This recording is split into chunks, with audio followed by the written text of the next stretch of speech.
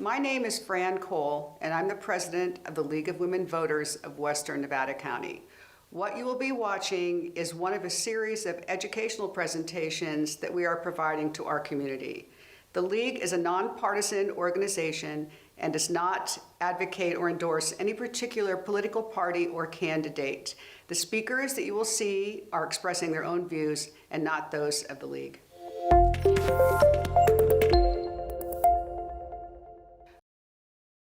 Hello, my name is Joanne Marie. I'm the Vice President of the League of Women Voters of Western Nevada County. Our program today is on mental health. I'd like to introduce our panel of very important people that have come to address this issue. First of all is our Superior Court Judge, Tom Anderson. Our Chief of Police of Grass Valley is Alex Gammelgard.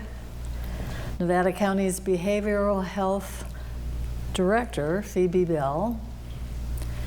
Sierra Family Health Care Manager, Lael Wolz, who is also the president of the National Alliance on Mental Illness.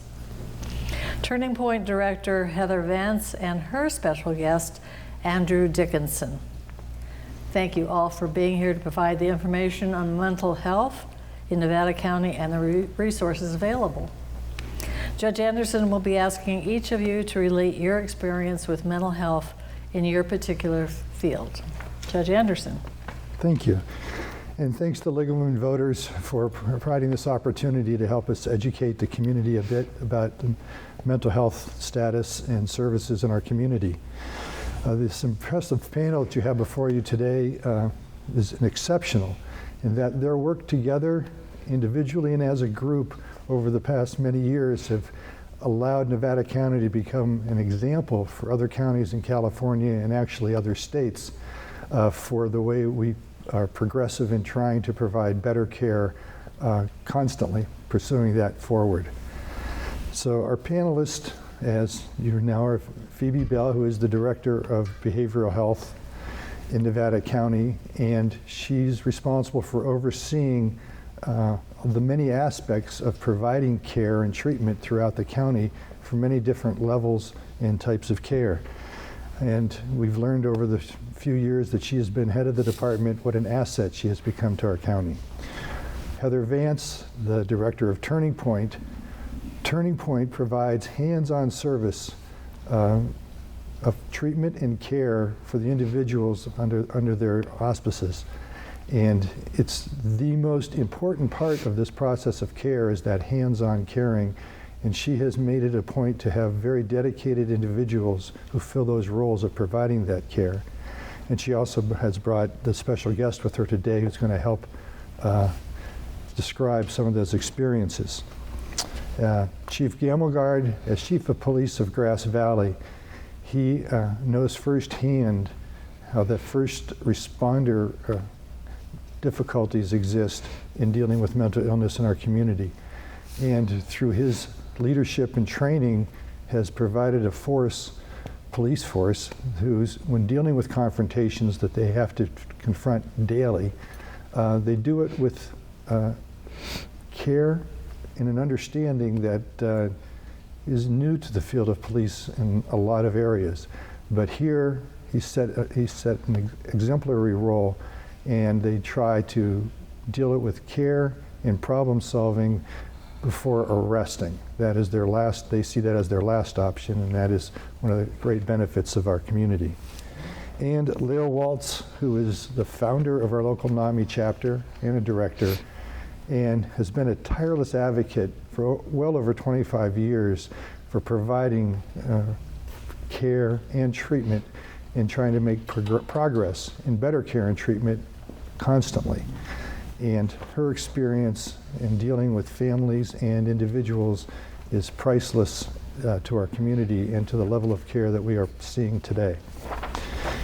And my role as being one of your judges for our Nevada County Superior Court, the judges daily confront the issues of people coming into court with mental illness and the crisis they face, the fear, the trepidation, and the dilemmas faced that brings them before the court. most folks too often come to court because of criminal behavior or they've been arrested. And of course, we all know that the court has limited options in dealing with mental illness directly in court. And what we try to do is find other ways to deal with that, which we'll discuss later today. You know, as you can expect, care outside of the jail is far preferable, but it's not always possible. That's sometimes where care has to start. But the myth that people have to be arrested to get mental health care is just not accurate. And you'll learn today that the services that exist in our county, and hopefully we can avoid that and focus our resources on those that are outside of the jail primarily. I mean, it is a reality in every community that there are significant portions of the population that have mental illness. Some severe, some less so. But it's just a reality that everyone during our lifetime experiences some period of mental unhealth. That's life. And it's okay to not be okay. So we need to, hopefully what you'll learn today is, for you as citizens, is to have a better understanding of what the status is of mental health and mental health care in our community. And it'll make you a better informed citizen so that when you communicate with your public officials and look at candidates for public elected jobs, you'll have a better understanding and be able to be a more intelligent citizen. So let's start with that overview by turning to Phoebe Bell. Thanks so much, Judge Anderson. And yeah, I think that's a really important place to start, is just sort of big picture. What are we talking about when we talk about the subject of mental health? And I want to acknowledge what an important time it is to be having this conversation. I think all of us would agree that the last couple of years, and particularly the last couple of weeks, have provided plenty of opportunities to stress our mental health and really fray our well-being in so many different ways. And so just really appreciate that we're able to have this dialogue today. So I want to start by just talking a little bit about what do we mean when we talk about mental health. And I think it's akin to when we talk about our physical health. Optimally, it's a state of well-being. It's our psychological, emotional, social selves, and how we're feeling in ourselves. And our mental health impacts how we interact with the world, how we handle difficult situations, how we connect with others, how we perceive ourselves to be in the world. So our mental health is sort of a core function of ourselves, our expression of ourselves. And so within that context, we look at mental illness, and I like to think of it on a spectrum. So if we have our optimal mental health over here, there's steps down that path that we can all take, and we all do take at different moments in time. Sometimes we're just not in our best place because of stressors we're facing. Maybe we're anxious because we're giving a presentation, or we're feeling sad because it's the anniversary of our pet dying, or whatever it might be. And those are moments where we're feeling not our best, not our most mentally healthy. That can start to leak into mental illness when those feelings persist, when they start to impact our ability to function well in the world. So that sadness becomes more overwhelming and we're having a hard time getting up every day, or that anxiety is building to where we're really too nervous to walk in the room full of people, or whatever it might be. And that's when we start to move into the world of mental illness, or a place where we might need to get some help or support. And we all, as you were saying, Judge, we all journey down that path at different points in times and to different degrees. And lots of factors impact where we are on that journey, and we'll talk a little bit about that. I think it's important to also acknowledge kind of the far end of that spectrum, because that's where we will spend probably a fair bit of time today, and that's looking at issues around serious mental illness.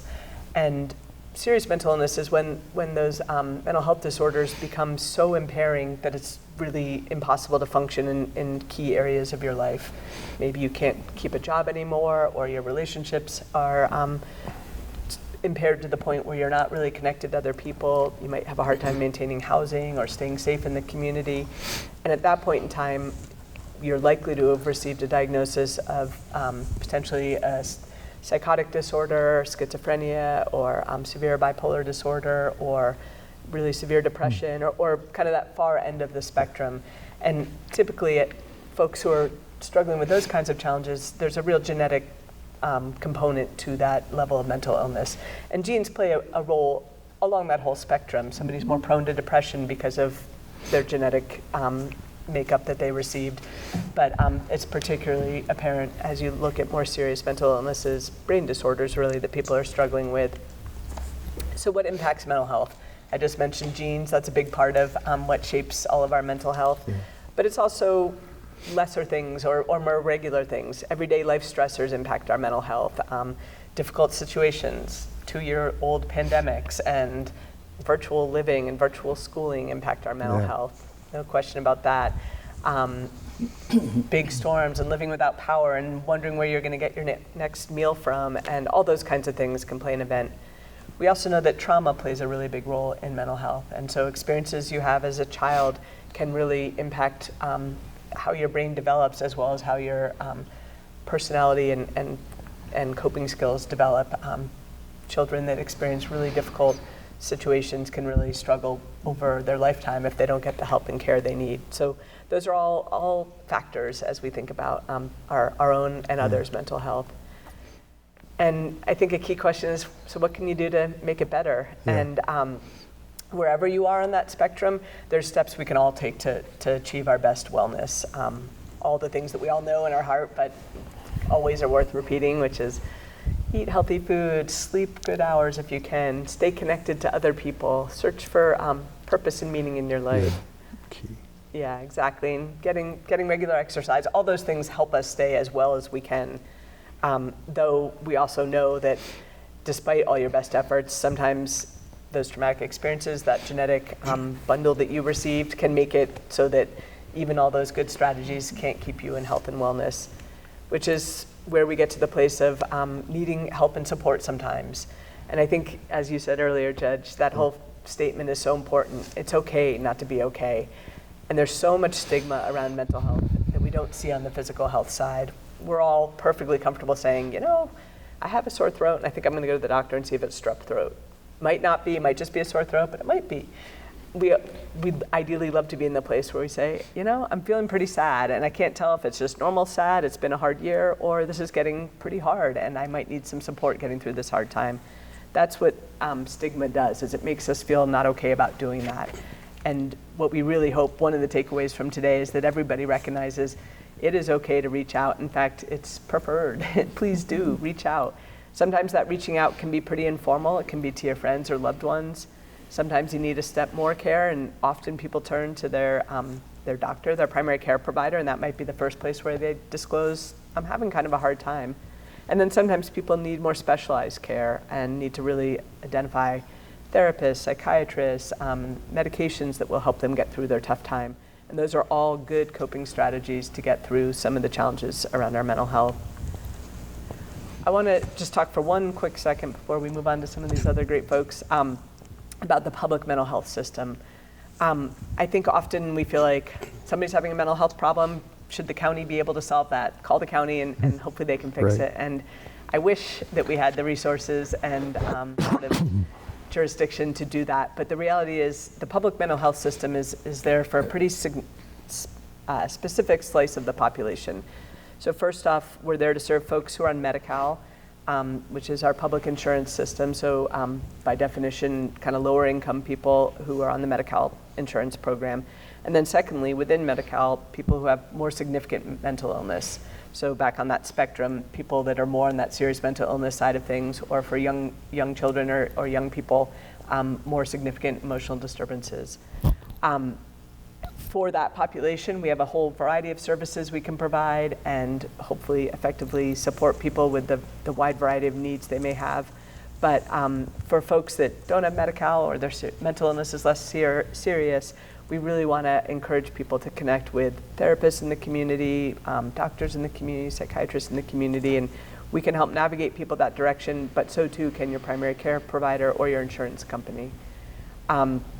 We do in the public mental health system, we are there for anybody who's in crisis. So if somebody's at a state where they don't feel safe, they're at risk to themselves, or they're worried they might hurt someone else, please call 911 or come into the hospital, and county funded services will be available to you in that moment of crisis. So I do want to stress that piece. The other key things that I think are important to think about is and we'll hear more about this, as people go further down that spectrum and are really struggling with their mental illness and aren't getting the support and resources they need, that behavior can start to show up, their symptoms can start to show up in a lot of contexts, which can make it hard to be in community. So sometimes people struggle with substance use disorder alongside their mental illness. Sometimes they're struggling to keep jobs, keep safe in community, keep housed.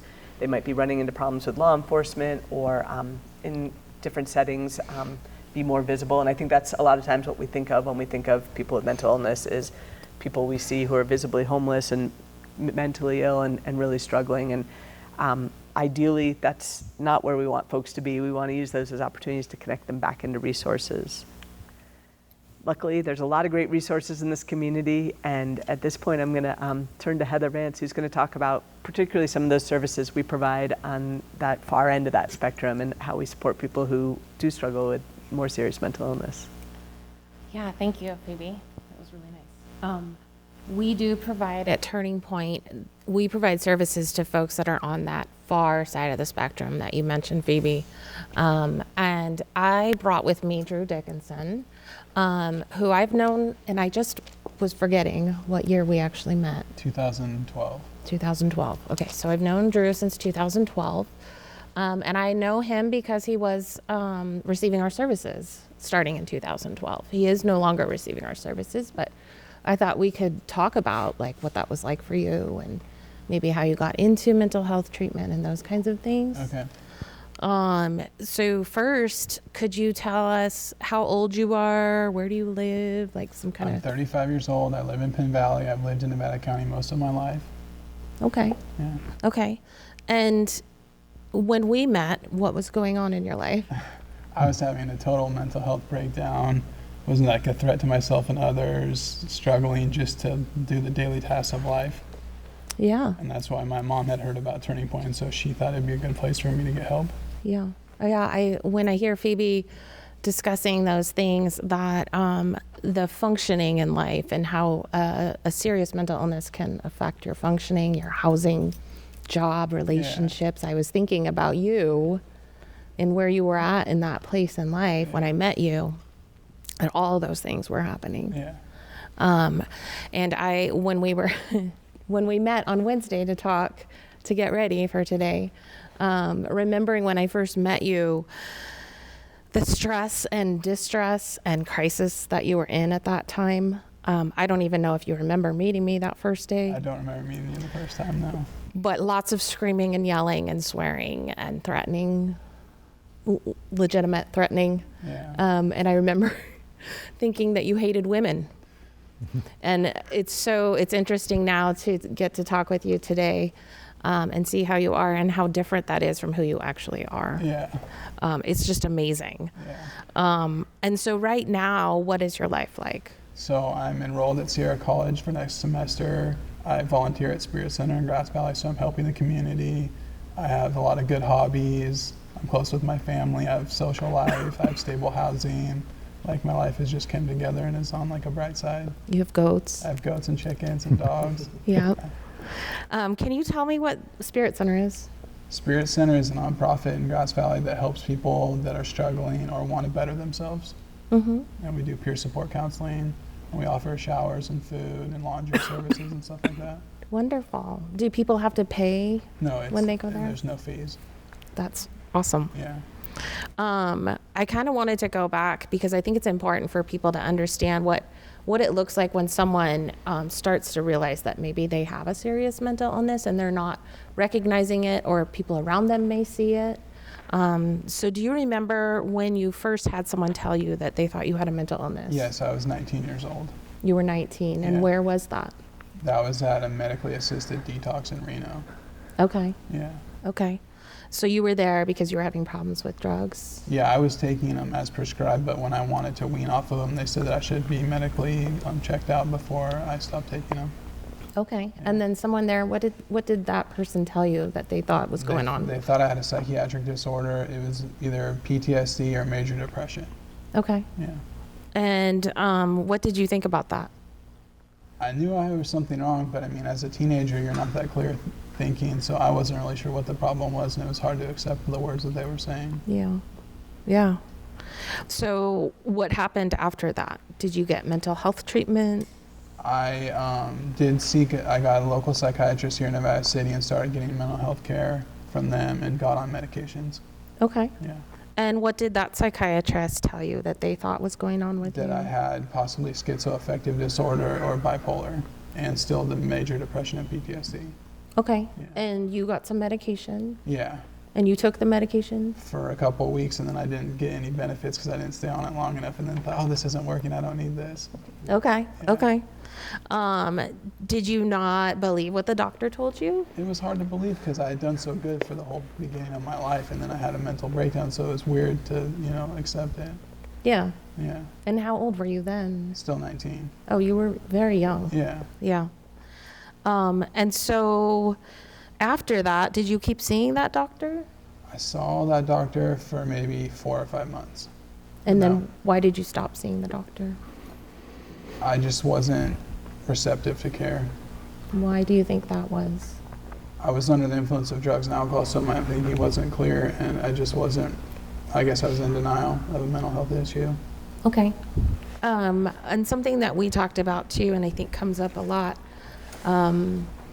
is when the doctor said you had, she or he thought you had schizoaffective disorder or bipolar. Did you know what that meant? No, they didn't explain it. I mean, I had a little limited understanding, but I wasn't knowledgeable in mental health issues. Okay. Did that scare you or did it It upset seemed you? really serious, but I thought, oh no, that they can't tell what's going on with me. I'm perfectly fine. Okay. Yeah. Yeah. Well, what 19-year-old wouldn't think that they were perfectly fine? So what helped you eventually to understand and recognize that there was something going on with you that you needed mental health treatment for? I guess maybe when I would stay up for like 2 nights straight and be really depressed or really agitated, that I realized, gosh, this isn't normal behavior. So then maybe when I was like 25, I started to sort of realize that maybe something was wrong. Okay. Yeah. And so between 19 and 25, did you have some run-ins like with the law? Yeah, I got a felony when I was 21, and I got a DUI before I was even 21. Okay. Yeah. Yeah. And in that, did anybody in those times say to you that maybe you should get mental health treatment? When I lived in Humboldt County, I did go to their mental health facility and got checked out, and then they said you should come back, but I never came back. Okay, why didn't you go back that Because I time? think I was still in denial. Okay. Yeah. Okay. And then what happened when you were 25 that made you said you weren't sleeping? Not sleeping and then just being really agitated, so I realized like this isn't normal, you know what I mean? This isn't typical behavior for a human. So I started to think that I could feel that something was wrong, but was still in denial basically. Mm-hmm. And at that time, did you have like relatives and friends and people that around you that were saying things to you like they thought you should get help or? Because of the mental illness, I pushed away all my friends and most of my family, so the only person I was really talking to was my mom. And she knew something was wrong, but I think it was hard for her to accept too, and for her to really tell me the truth. Oh, yeah. Yeah. Yeah. Do you think there's anything that anybody, before you pushed them away, could have said to you that would have been helpful? I don't think so. I think I had to come to my own terms with it. Mm-hmm. Okay. So tell us just a little bit about how, like, what programs you've been involved in. I've been in assisted outpatient treatment, Laura's Law, and then I've been in mental health court, and I've been on probation too. Okay. Yeah. So a lot of kind of court type legal Yeah. programs. And when you entered into services with Turning Point in 2012, you had been with a private psychiatrist before that, correct? Correct. And then you were with us, and at that time you went into assisted outpatient treatment. Maybe like 8 months after I became a Turning Point client, Mm-hmm. then I got an AOT. Mm-hmm. And so you were familiar with Judge Anderson Yeah. from that process? Yeah. Do you feel like that was a helpful system for you? It was so helpful. It's unbelievably perfect for me. Yeah. Yeah. And yet you still had things happen after that. That's true, but it kind of sparked the thought of what's possible for me, you know? Mm-hmm, mm-hmm. And then it was mental health court, I think, was the last, and Yeah. probation were the last Yeah. kind of structured things that you were involved in. Yeah. And how do you think that those systems benefited you? By being in mental health court and being on probation, I couldn't test positive for drugs or alcohol. And so after maybe like 3 or 4 months of not using, I started to become my true self that I had been before I had a mental health diagnosis. And so I really just kind of realized that maybe the drugs and alcohol were a huge problem, along with having the bipolar. And my caseworker at Turning Point at the time was really insightful and gave me lots of help. Okay. Yeah. And so you said bipolar, is that the diagnosis that? That's the current diagnosis that I have. correct? Yeah. And do you agree with that? I do. Yeah. Yeah. And you take medication today? Yep, I take medication daily, work with a therapist, see my psychiatrist regularly, And you do that through behavioral health. Nevada County Behavioral Health now? Yeah.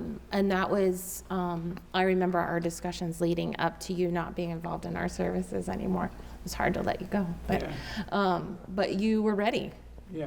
You didn't need as much support to get through your day-to-day. You were building relationships with people, Yeah. taking your medication. Yeah. Building a support network of people I could rely on to help me out. Yeah, you did. Yeah. And so, like Phoebe was talking about the healthy things that we can do to take care of ourselves, and I asked you about that the other day. You've always been, I mean, since you've been getting well, you've been really good about taking care of yourself and your health. So tell us what do you do to take care of like healthy habits you have? So I try to eat fruits and vegetables daily and stay away from processed foods, because for me with my bipolar, unhealthy eating habits can lead to being manic, for me at least. And then I also try to go to sleep on a regular time, like, you know, I lay down and then I kind of have a process that I do for sleep, and then I make sure to take my meds. Yeah. Yeah. And your support networks that you have now, what are those? My family, my church, and my job, you know, my psychiatrist and my therapist in Nevada County Behavioral Health. And you do some self-help outside of the other meetings that you do? Yeah, I go to Narcotics Anonymous also. I'm really involved with the 12-step program here locally. Okay. Yeah. And you've told me that you've even secretaried and you've been Yeah. kind of a leader Yeah. in that Yeah. that organization. And I'm coming up on 3 years clean and sober. Congrats. Yay. That's amazing. And your relationships with your family, your mom was always there. Yeah. She was never, ever was going to give up on you, of course. But I know you lost, like you said, you lost so many relationships. And now what are your relationships with your family I like? kind of isolated for about 10 years from family, and then now they're like my biggest asset, and I'm super close with the majority of my family members. Yeah. Yeah. Yeah. It's been fun to see that happen for you and Yeah. regain that relationship with your dad and your sister and your nephew. Yeah. And your nephew that you take out fishing. Yeah. And he just looks up to you so much. And so what now? What are your goals now? So I'm going to Sierra College to get a degree in social and behavioral science, and then I'm going to go to a 4-year university after that, and then get my master's after that in social work.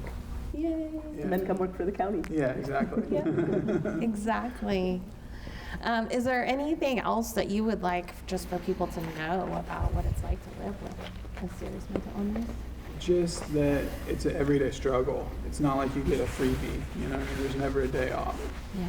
But by seeking the services that I've had, I've been able to get coping skills and make the most of it. Yeah.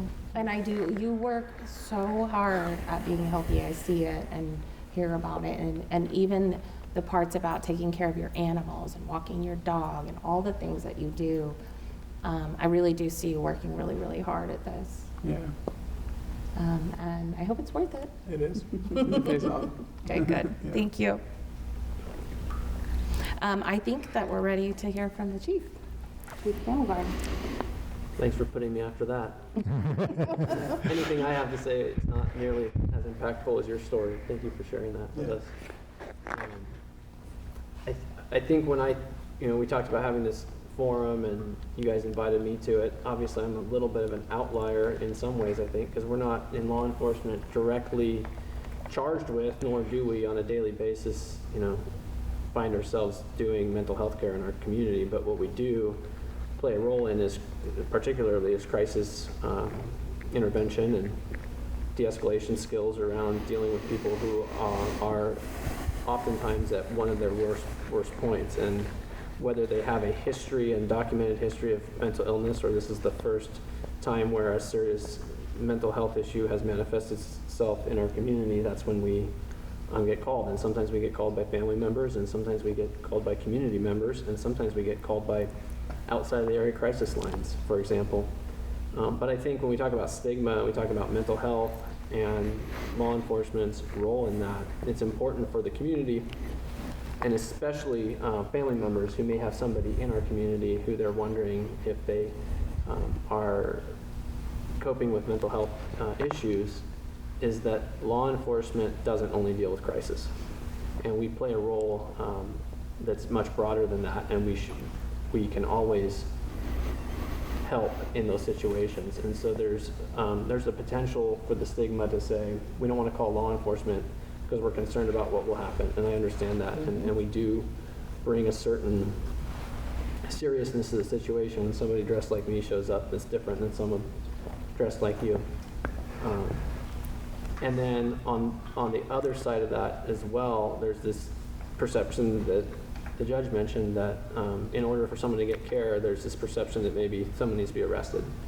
So I just looked at some of our statistics for our little small town here in Grass Valley, and less than 1 in 6 times when we go out to some sort of crisis does that person even end up leaving with us.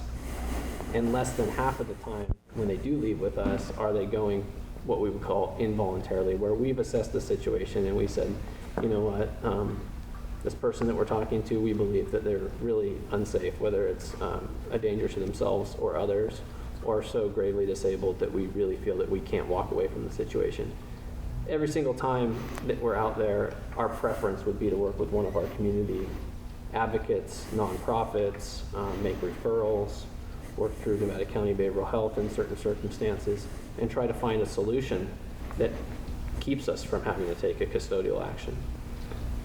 But I also know that there's plenty of stories out there where that custodial action, what I mean by that is we're telling someone, look, today you are coming with us, and we're going to take you to get some care. I know plenty of stories where that was that point in someone's life that was the aha moment, or was the catalyst, or whatever other pieces started falling in place thereafter, whether it's mental health court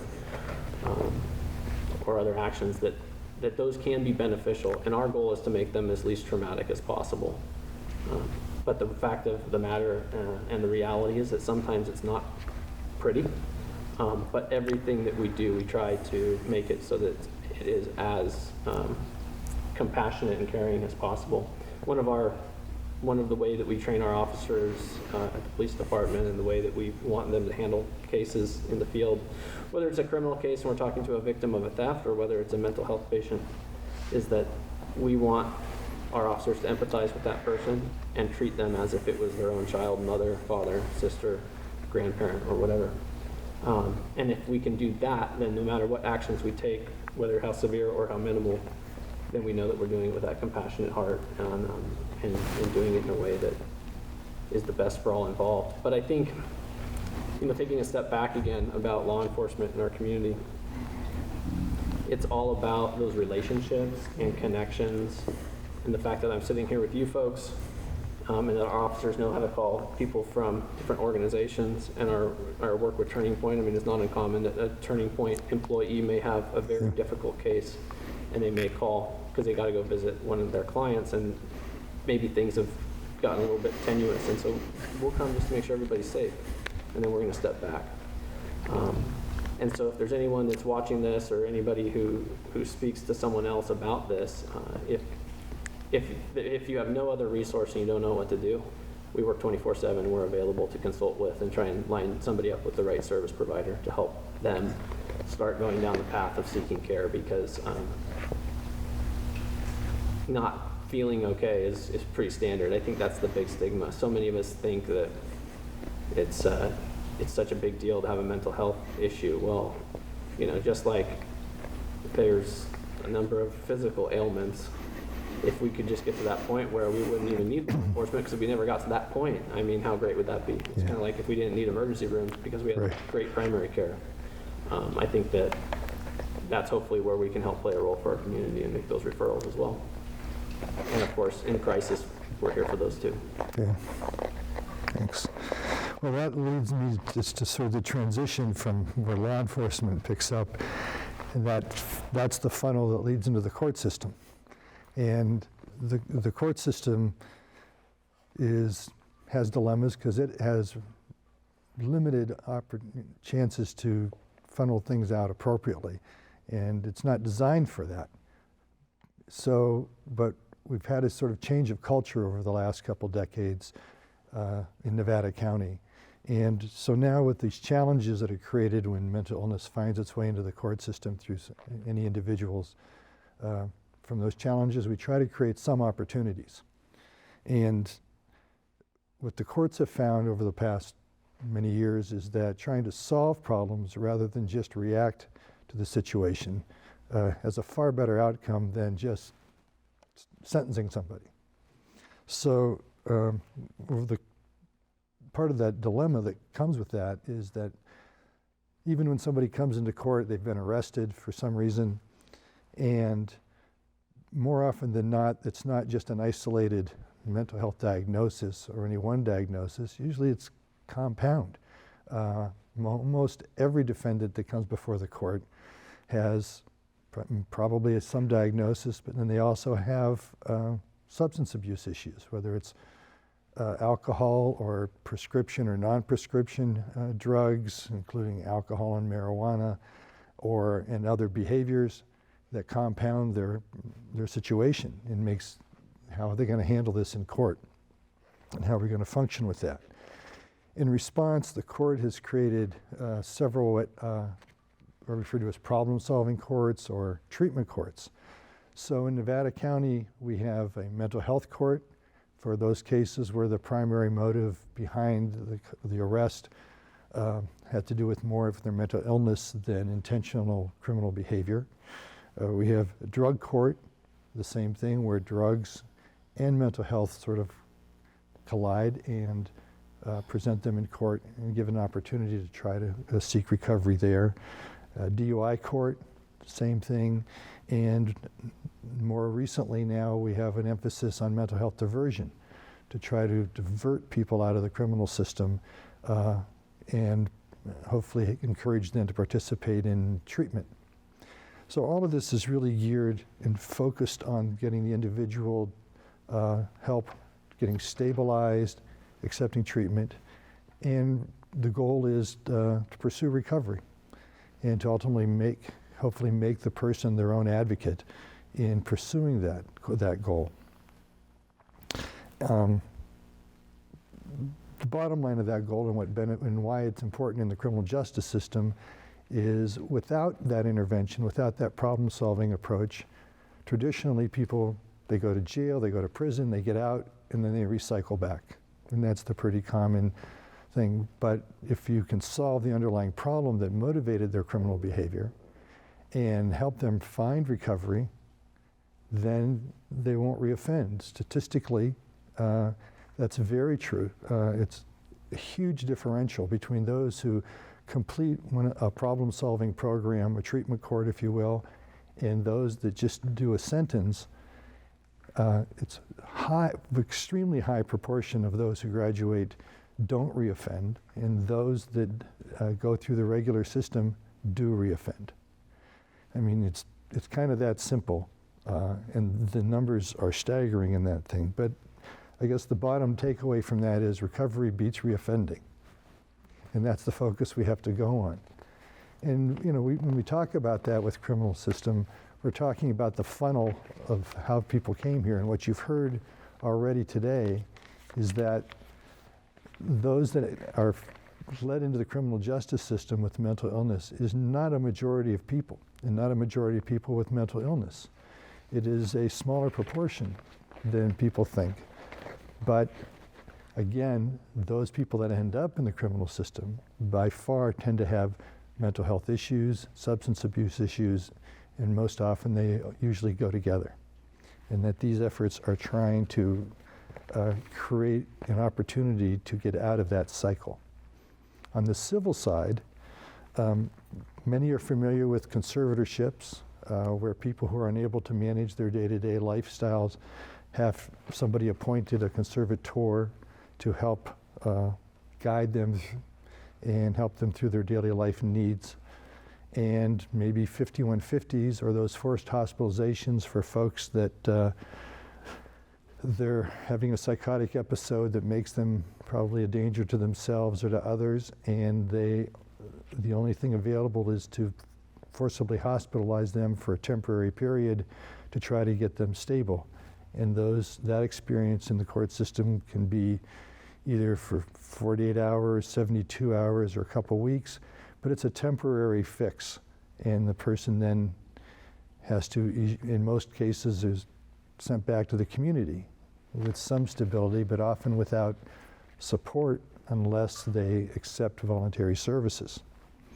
But for those folks who are decompensating in their mental health and aren't accepting services, there's Laura's Law, or assisted outpatient treatment, and as referred to as AOT. And that is a statewide program, a law that went into effect back in the early 2000s. And it's called Laura's Law because of a tragic event that happened in 2001 in Nevada County, where an undertreated person with severe mental illness did go on a rampage. 4 people died. And as a result of that, the parents of one of the victims, Laura Wilcox, put their energy into making sure this law was not only passed, but implemented. And it's taken a long time for that implementation to occur throughout the state of California. Nevada County was the first county to implement that, and we began our program in 2008. And in just the past year, the legislature has required all counties to create a AOT program in their counties. And because of the work of the people here on this panel and many others, we have become the standard bearer. We are the example of how a program is supposed to operate. And a lot of that credit goes back to behavioral health and Turning Point because of the commitment of the people that they hire and who deal one-on-one with the patients makes all the difference in the world. And I'll give you a brief understanding of how that system works. So under Laura's Law, which is, for those who want to know and look it up, it's Welfare and Institutions Code 5346. And it's designed for family members, treatment providers, therapists, counselors, police officers, and now judges can refer someone who is decompensating, who has a history of severe mental illness and an inability to survive safely unless they get treatment. And that's even if the person doesn't want to be referred for treatment. That family member can make that referral. So, and what does that mean for you that are watching? It means that if you know someone who sort of fits that general description, and obviously there's specific criteria in the statute, but it's pretty general, you make a call to behavioral health to say that this person described what's happening with their decompensation. And if they meet that criteria, which either having a history of being hospitalized before or being a danger to self or others and have a history of decompensating and reluctance to accept treatment, they'll send someone out to do what I refer to as an intervention. They'll evaluate that person and offer them services. And if they choose to accept the services, then success, they're engaged. If they choose not to, they're still reluctant to accept services, but clearly in need and meet that criteria, behavioral health, with the assistance of county council, will file a petition to the court. And then the court, a judge, will assign an attorney to that person so that all their rights are protected, and they'll be advised of making sure they understand what the process is going on, and then a hearing will be held to determine if they meet criteria. And if they do, the judge orders them to follow a certain treatment plan, and the judge also orders the treatment provider to provide the necessary treatment recommended in the treatment plan. And then the court will have routine review hearings or status conferences to make sure that everybody is following the order, that the person is participating, And if they have problems with the treatment plan, we can discuss if it should be modified. And if the treatment provider is having problems providing the treatment, that'll be addressed. So the whole process is, again, to try to provide stability, encouragement, acceptance, and understanding of the person's situation, and encourage them to basically become their own advocate with the help of the other team members, so that they can get back to that independence that they deserve and get their life back. And as you heard maybe and understood from what Drew had to say, is that this program works. And the success rate of that is extremely high. That the people with that show of care, with that team support, and getting encouraged to be their own advocate, results in people getting their life back and getting control of their life. And that's probably the best way to describe that. It is a system, but it's a system based on caring and respect. So there's a lot of more details to this program and all the programs everybody's discussed, but hopefully this gives you some insight that can help you find the services you and your loved ones need when you need them. And this need for support and understanding is a good place to turn this over to Lael. So. Thank you, Your Honor.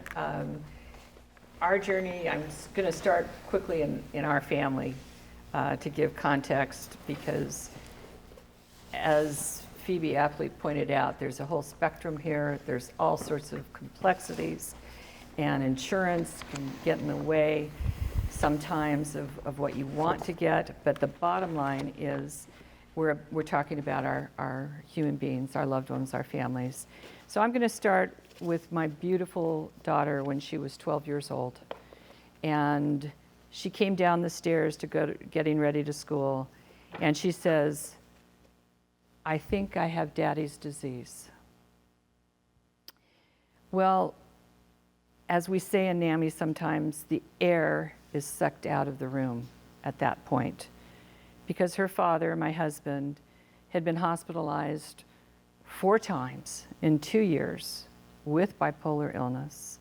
And yes, Chief, 5 days in LA County Jail really helped him reframe what his goals were and what his priorities were.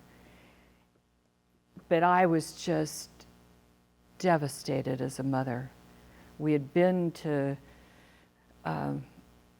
horrible places with my husband's situation in the early 90s. And then now, my beautiful daughter. But it also made sense, because her behaviors in the last year, I would say, were odd. They, she I don't need to go into the detail here, but there were problems, and she had, she didn't want to go to school. She was a good student. She was a Girl Scout. She didn't want to participate. She just isolated, all sorts of things. And then she'd have fixated thinking that would drive me nuts. And I realized that those behaviors were symptoms. And oh my gosh, I didn't see them, she saw them. Oh, and she was 12 years old. Blew me out of the water, needless to say. So we followed the protocols, and I'll get into what NAMI is in a minute. We took her to the family doctor to rule out any other possible reasons. Her thyroid was okay. We had blood work done, all the things that you do. And then her doctor says, I think the next step is to go talk to a therapist. So fortunately, from my NAMI work, because I was a volunteer with NAMI because of my husband, I started with a therapist who was familiar with serious mental illness, and after a few sessions with her, recommended that we see a psychiatrist, because obviously she needed biological support, as we say in NAMI. And so began our journey to health. As I mentioned, I was already involved in NAMI because of my husband, and so now, as a mother, I had to learn about the pediatric onset of bipolar. And I personally, desperately needed the support of NAMI. So who is NAMI? Who are we? So we're a local nonprofit. We're affiliated with the National Alliance on Mental Illness. There's chapters all over the country. We're a huge resource for people who want to learn about mental illnesses. You can go onto our national website, which is just nami.org. We're dedicated to helping individuals and families affected by their mental health conditions. And we offer support programs. And I was involved in support programs before my daughter got ill, and education. And then I really got into it because, oh my gosh. And most importantly, we give a place for families to breathe and not be alone, to learn, to feel emotionally safe, to share what are pretty horrific things that those of you on the panel and the honor, we all know the horrible things that can happen when people are struggling. And so we also work very hard to help families find the resources that can help them. As Phoebe aptly put it, not everybody qualifies for county services. It was mentioned I work at Sierra Family Health Center, where one of my jobs is the behavioral health care manager. And so we help a lot of people who don't qualify for county services, but still are struggling with mental health conditions. And I think it's important to point out that, as we've all been saying, anybody can have blips in their life when they're dealing with mental health. And statistically, 60% of people with a heart condition can end up struggling with depression. 80% of people with diabetes can end up with a mood disorder. So the community health care system, of which we're a part at Sierra Family, there's a couple of others in our community as well, we look at the whole person. And so our therapists work with their medical providers to make sure that we're addressing the whole situation. And I'm very, very proud to be a part of that. Circling back, I just want to say that my daughter now lives in Minnesota with her partner, and she's able to work full-time, but it's been a very long road, as Drew understands, and that's been true with our family too. And we also are so lucky that her illness was so manageable. So we are here for you. NamiNevadaCounty.org is where you can start. We're also on Facebook, so you can talk to us there. But the most important thing we want to get across is, as we say in NAMI, you are not alone. Thank you. Thank you. And I just want to thank all of you for sharing your expertise with us, especially Drew, being open and being able to share your personal experience through this and be very candid about your history. It's awesome that you're willing to do that. And also Lael for sharing your personal story and how that led you into NAMI. Thank you very much for that. I want to, before we make sure we thank the League of Women Voters and everyone who's watching this presentation. It's very important, as I said at the beginning, you need this information just as a citizen, because in order to provide any care through the community, not only do you need the willingness and understanding and tolerance, you also have to have the services available, and those require funding, which comes from the government. And so as a citizen, as a voter, the more you know, the more intelligent your vote will be, the more intelligent your interactions with your government officials can be. So take that with you. I hope we're going to have some time for questions, but I do want to just add a little aphorism at the end of this, which is my suggestion for everyone that I just recently got from somebody, a peer participant, and that is When you ask someone how they're doing, be prepared to listen.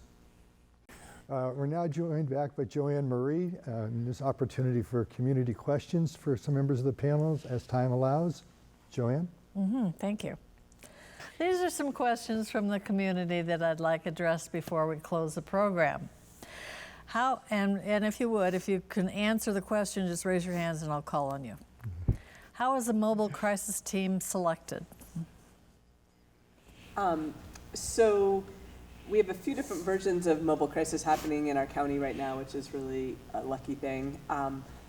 We have some crisis therapists who partner with our Nevada County Sheriff deputies, and our crisis provider basically identified folks who were seasoned crisis workers, really good at assessing situations, assessing people, who also would be a good fit in being flexible and out in the field and partnering with law enforcement in that kind of way. There's also a program with Grass Valley PD where social workers partner with the Grass Valley sheriff or police officer, and they're particularly trained in working with folks who are homeless or having community-based crises of various kinds. And then up in Truckee, we have a crisis worker who works with the different law enforcement agencies up there and is able to go out and be mobile in the field. And the real focus of those different mobile crisis models is how can we help support people in a community setting and ideally not even need to transport them to the hospital or jail or any other setting, but address their crisis right there. Yes. I just wanted to add that when we started the mobile crisis team with the sheriffs and the department, behavioral health department, the very first call was to a NAMI family, and they just handled it magnificently. Everything was just outstanding. We were really, really impressed. So we want to thank you for that. The same model with mobile crisis is early intervention, right? Ideally, community setting, not at the total crisis point.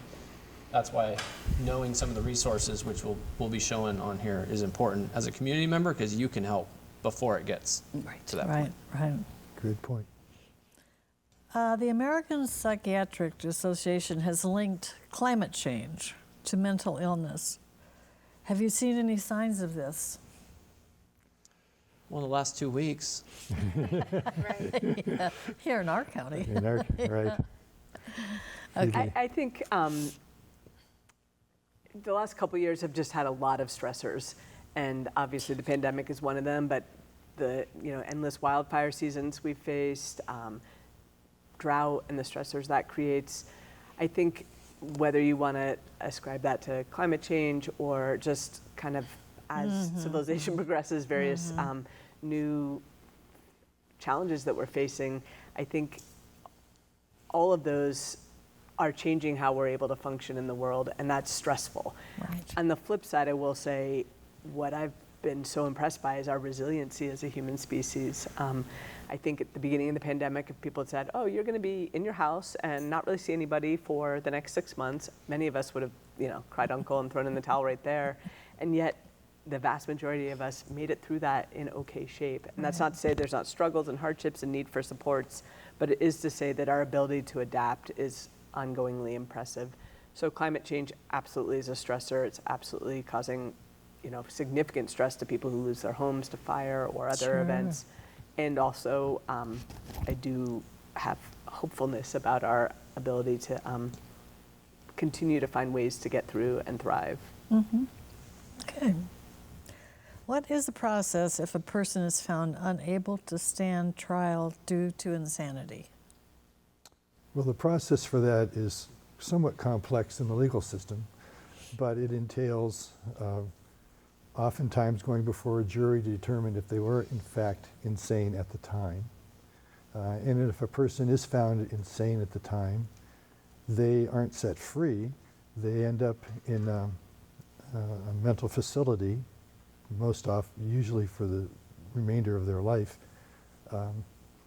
But it is a complex problem that begins at the early stages of a criminal process. Okay. What process is in place to assess mental illness in the jail system? And what resource is employed to help? Well, do you want to start with that? Sure.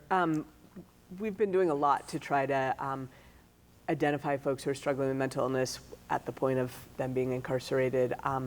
Our jail booking staff does a brief jail mental health screen of every single person who's booked, and people who score high on that are kind of flagged to say this person might need some more assessment. The county behavioral health department funds a therapist to be based in the jail and just do mental health and substance use disorder assessments. And then we have a care coordinator who also works out of the jail, whose main job it is to link people straight from jail into community treatment. So we often try to, like if somebody's struggling with substance use disorder, go straight from jail to a residential treatment bed if we can, or make sure somebody has a psychiatry appointment set up right as they discharge from jail. It's not a perfect system. People are in and out quickly. Sometimes it's really hard to find them in time to get them linked to services, et cetera. But we're working really hard to really use that as an access point. And I want to point out that development, as described by Phoebe, that process is, in the scheme of things, relatively new to Nevada County. But the determination and the efforts to make that happen over the past few years, a lot of that credit should go to Phoebe, but also the other people involved, especially the sheriff's office and the people that offered to take those jobs, getting the jail. And it also is something that makes Nevada County a bit unique. There's not a lot of counties that provide this kind of care and concern for those incarcerated. It's a part of a cultural change that's been going on for the last couple decades and slowly reaching some fruition. I think when you think about jail, you just think people in jail, services, but there's so many subclassifications of people in jail. There's people who are arrested and potentially released based on legal requirements. There's people that are pending trial. There's people that are convicted, and years ago, you couldn't spend more than a year in county jail. Now, through realignment and legislative and ballot measure initiatives, you can spend more time in a local jail. And so now our local jails are being asked to do more long-term incarceration, which is not just as simple as incarcerating a person. There's a number of pieces of care, whether it's medical, mental health, and otherwise. And so that's where I think we're unique in this county, in that we're small enough to be tight-knit and have good relationships and make things happen. And so we're uniquely positioned to do that. There's always more we can do, but through the leadership of the right folks, we're making great progress. There's more we can do, of course. Thank you. For our elderly population, which we have quite a few of up here, what options do they, and they're on Medicare, so what options do they have to receive treatment? That goes back to you, Phoebe. I can help too there. Yeah, you want to I was start, gonna Lael? say, Okay. Yeah, go ahead. because if they're on Medicare and they aren't meeting the severity spectrum that is needed to get into Nevada County behavioral health, I mean, you can certainly address that you have people who are older in your system, and I want to address that. But for the general population, a lot of people have access to mental health services through their primary care system, and then we have a robust collection of therapists in town. But I just wanted to point out that, interestingly, the health providers who provide the most mental health treatment for older people are their primary care providers, and actually the general population as well. We at Sierra Family Health Centers see a lot of people who are older on Medicare in our treatment, for their mental health condition. And I know that's also true at Western Sierra and Chapaday, which are the other two community health centers in this community. On top of that, if they do have Medicare and insurance, they can go also to their primary care and get medication if that's what they need. Or we have a number of therapists in town, some of who accept Medicare. So there's options. Okay. You want to add anything to that? No, well said. And I think equally importantly for our senior population, isolation can become a real challenge for folks. Mobility issues, loss of friends and family, and also looking to connect to some of the social connection type programs. And there are home visiting programs that we fund through the county, and there's other efforts to reach out to people, but also supporting people to come together and lean into social networks more, which can be really hard. Thank you. I should add, we've certainly used the county's visiting nurses program that goes out to address the needs of isolated elderly and see if they can then come into us, because we don't actually go out, but you guys do. As a percentage, what would you say the homeless represent of the total mental illness in the county, and how does that compare to other counties? I think I Yeah, might Alex. flip. I mean, Yeah. I know what you're asking, but I think the only way I can associate that is that what percentage of homeless may be dealing with mental illness, because that sort of then drives to some degree the homeless number. What I would say is that a significant number of folks who are homeless in our community struggle with substance use disorder, or have either diagnosed or display not yet diagnosed potential mental health conditions, and oftentimes co-occurring of both of those together. That's not to say that every person who's homeless has a mental health condition, but oftentimes homelessness is more of a symptom of people's situations in life than it is chosen. So I think it's important that when we look at homelessness, we don't just call it homelessness. We say what's causing that homelessness, or why are we dealing with that, and then as a community, how do we help make the interventions to try to address the issues that might be causing that. When we talk about what percentage of homelessness of mental health, I honestly, I think it's pretty low. There's point in time homeless count, ballpark 400 at the last count in Nevada County. The number of people living with various degrees of mental illness is vastly larger than that, which goes back to that stigma thing. I think sometimes people think, oh, I have to be like that person I saw on the street in order for me to rise to the level of mental illness. That's not true at all. You should be seeking treatment a long time before that and looking at ways to keep yourself well physically and mentally. Super. You guys have been really great. Thank you so much. This concludes our program. Thanks again to our guests who brought so much wisdom and knowledge. Really appreciate it. Thank you. Thank you. Thank you. Thanks to the League of Women Voters. Absolutely.